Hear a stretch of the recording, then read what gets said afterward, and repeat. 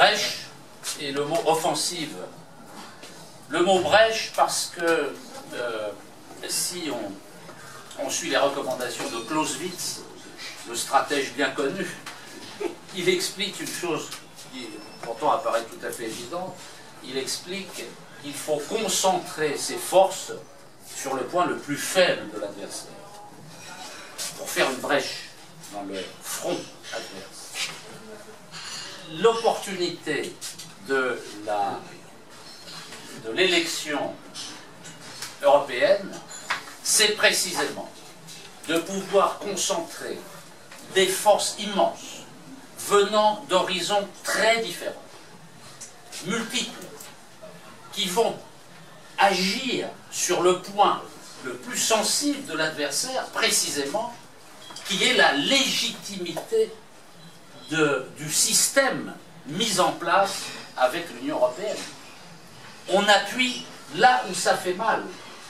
Et c'est bien la brèche que nous allons ouvrir grâce à cette concentration de force sur le point le plus faible de l'adversaire.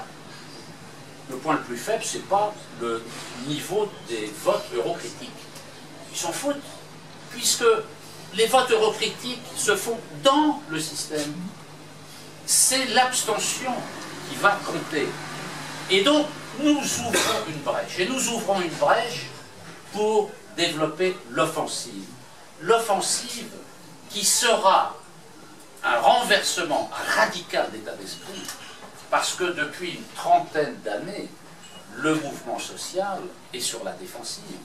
Fermeture d'usines, défaites les unes après les autres, démantèlement des services publics, etc. Or, le boycott est un élément psychologique, en plus des éléments électoraux et politiques, est un élément psychologique pour changer l'état d'esprit de la population, la mettre à l'offensive, parce que le boycott massif sera une réponse offensive.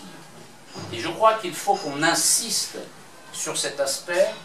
Tous les syndicalistes, tous les membres de partis politiques qui se disent de gauche, tous les militants associatifs, altermondialistes, tiers-mondistes, etc., qui parfois souffrent de la pesanteur de leurs organisations, de leur manque de dynamisme, ils ont une occasion de s'émanciper individuellement de cette pesanteur en s'abstenant, en boycottant les élections.